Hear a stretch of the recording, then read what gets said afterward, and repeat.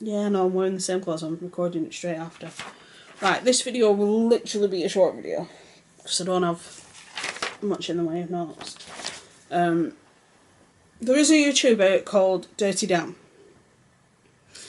And I actually watched the video, and I actually thought he was genuine, but it turns out that he's not. And he was acquaintances with Eugenia. And he stated in a video that he'd been in contact with her, and that she was getting help for her anorexia, and that she was doing well. Now, an alarm bell should have rang with me, because I'm aware that when you go to clinics and rehab facilities for eating disorders, you generally aren't allowed contact with people. And I should have realised that, but I didn't. If she has contact with anybody, it'd be a family and nobody else. They won't just be letting her. I talked to somebody that she's met on the through the internet and only met her a few times. In the video, he said he'd been in contact. She was happy. She was trying to get healthy. She was trying to get better, etc. And he seemed genuine. He seemed worried, and he seemed friendly. Turns out he's a big liar.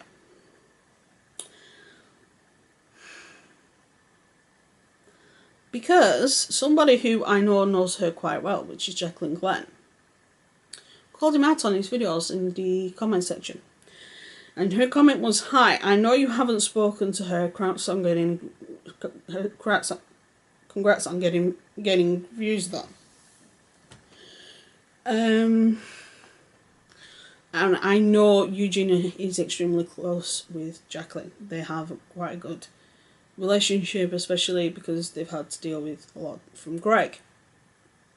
Now, it's bad enough that you have Greg claiming that he's the one that pushed her to get help. He's the one that pushed her to go to the clinic, to get the help, to admit she has a problem, when he hasn't. Something's happened that's made something switch in her brain, which has then made her get help.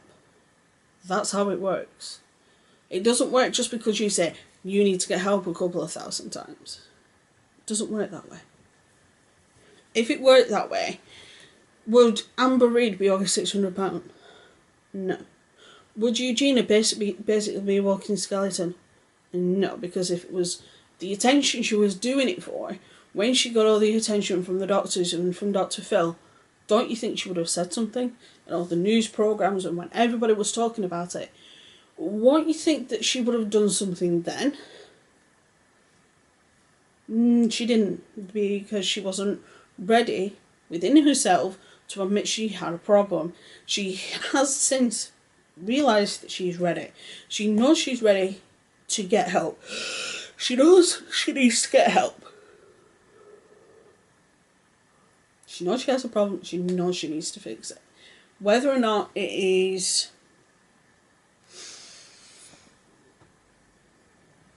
too late, we'll just have to wait and see. And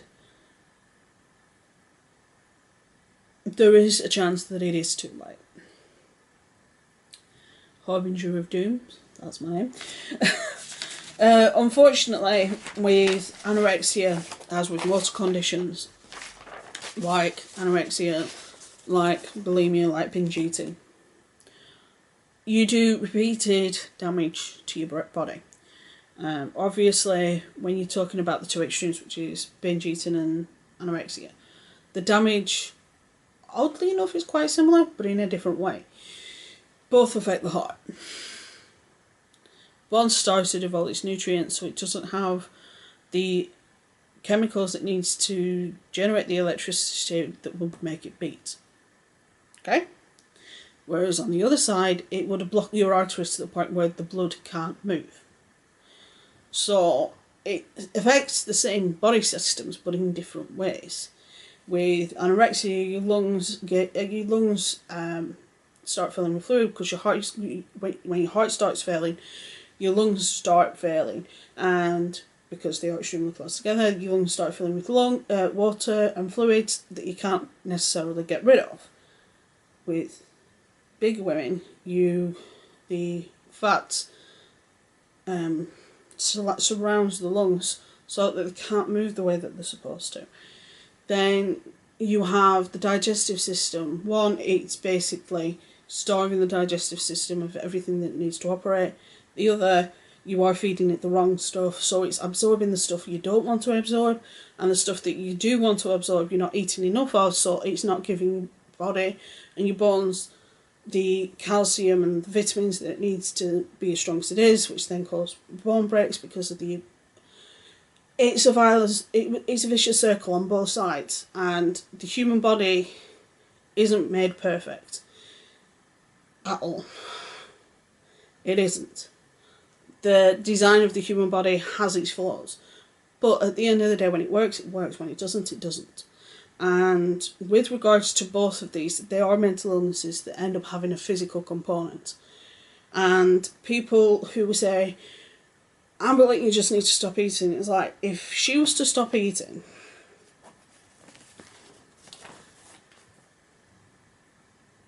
it would cause damage. And the reason being is you can starve yourself for so long and you can use up all your fat reserves. But by the time, it sounds horrible, by the time she'd use up her fat reserves, she would be numb to the feeling of hunger pain. None of that is, starving yourself isn't healthy anyway. And she has a Amberlane Reid has a binge eating disorder where she binge eats foods, and we're not just talking like a bag of crisps, which is chips for you guys in America, or a chocolate bar, or a bottle of soda. We're talking 4 packets of noodles, we're talking a full tub of ice cream, we're talking chocolate bars after chocolate bars after chocolate bars after Taco Bell, after McDonald's, after Burger King, all in one sitting. Not healthy. And we're not just talking about 600-700 calories, we're talking about 3,000-4,000 calories in a sitting. Now, when you look at somebody overweight, I'll use myself as an example. I'm overweight. My weight issues have nothing to do with any form of mental illness. I don't have a binge eating disorder. If I wanted to, and if I had a binge eating disorder, and if I wanted to, I could go downstairs and eat 16.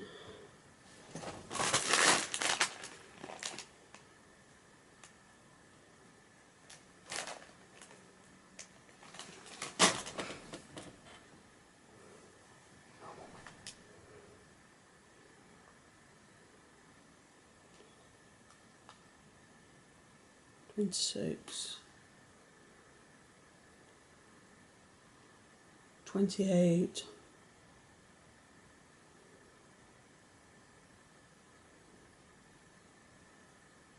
32, over 3,200 calories if I wanted to right now, but I don't. My weight is caused by something else. I have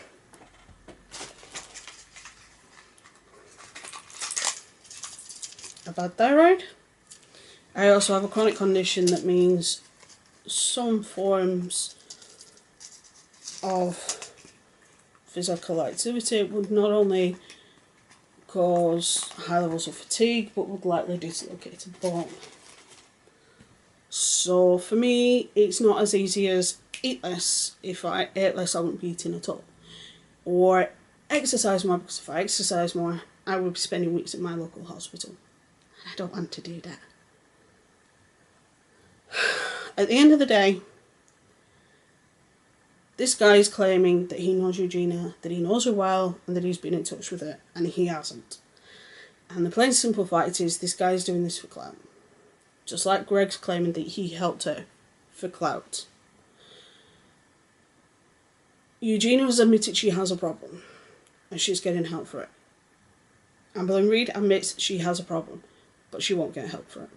And when she is offered help, she fights it, which is unfortunately what her form of mental illness is. and I don't know what causes it, and I'm not a psychiatrist, so I'm not even going to delve into it.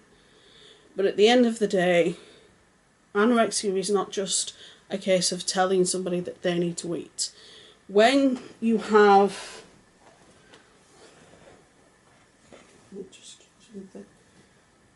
Very few times the teddy bears come into play.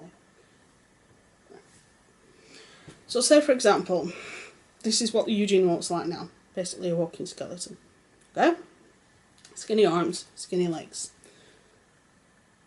Head, long hair, right? Okay, this is what Eugenia looks like.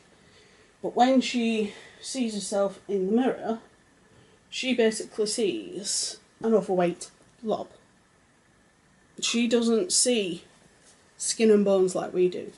She doesn't see the bones sticking out in her chest. She doesn't see the bones sticking out in her hips. She doesn't see the lack of curves in areas where she's supposed to have them.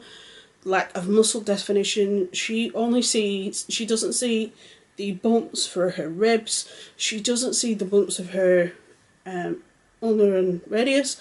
She doesn't see any of that. She doesn't see the bumps of her shoulder blades. All she sees is fat. She thinks she's fat. When she looks in a mirror, she'll see somebody like me, not what she actually looks like. And that's the mental illness. Her brain is saying she's fat, and he's making her believe she's fat. And it's going to take a lot of therapy and a lot of help and a lot of support for that to change. It can change, but unfortunately it doesn't change overnight.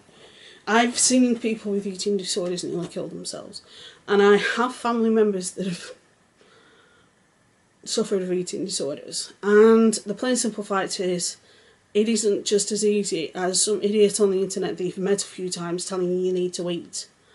Greg didn't do this, and the fact that Dirty Dan thinks that he can turn around and say that he's spoken to Eugenia and that Eugenia's doing well when he's had no contact with her is one of the worst things that he can say.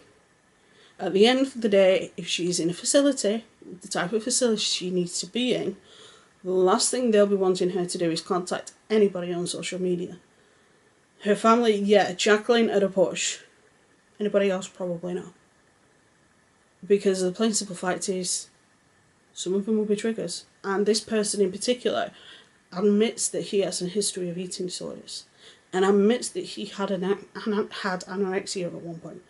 And the plain simple fact is, somebody that's trying to get over anorexia, being in contact with somebody that's had anorexia as well, it can cause triggers, which is the last thing she needs.